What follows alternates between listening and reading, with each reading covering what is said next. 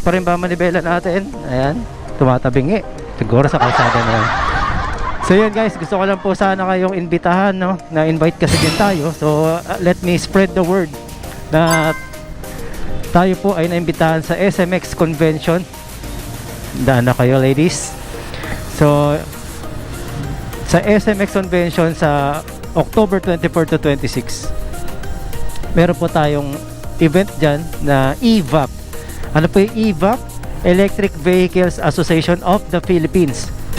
So itong event na to, makikita nyo iba't ibang klaseng electric vehicles.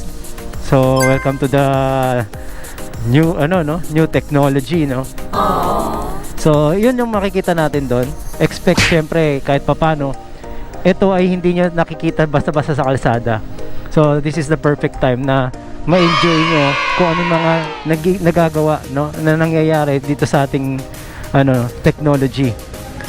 So more on electric vehicles po siya. So yan ang magandang dyan. Ako po very sa akin to, kasi itong e-bike na to, makikita nyo naman bakit ito na yung lagi kong gamit. Napakatipid po, tapos napaka low maintenance. Hindi naman po tayo kalakihan ng kinikita. So ang atin, may extra money pa tayo na natitipid. So lumalaki ang ating savings dahil mura ang kuryente kesa sa gasolina. Mas pa din po yung maintenance. Hindi tayo nagpapa-change oil every 1,000, tapos nagpapa-rehistro ng every year. Siyempre may emission pa yun, so sama-sama mo na yun.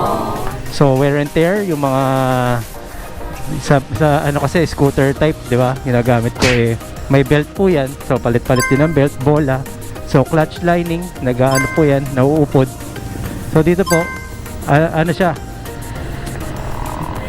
more on charging lang ang ginagawa mo actually. So ito yung details, lalabas lang ako, papakita ko sa inyo. Panel check natin. Uy, gumagana.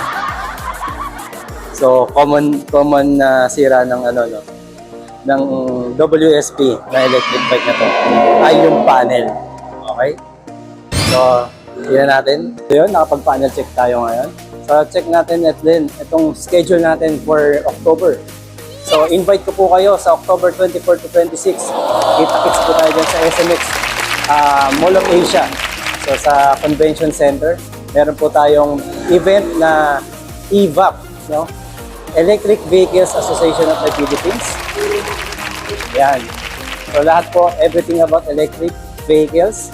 So, let us promote, no? Kahit pa paano, malaki pong kabawasan sa pollution kung gagawin natin.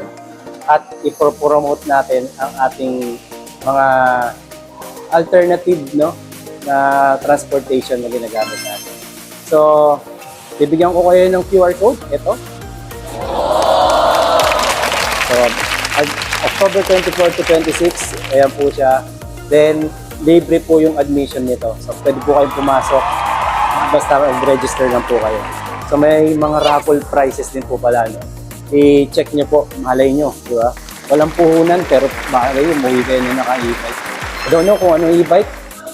Hanapin natin yan sa, sa website nila. So, thank you rin po kay Miss Chelly at iba pa. Check nyo po yung kanyang page. Maraming salamat po. See you there.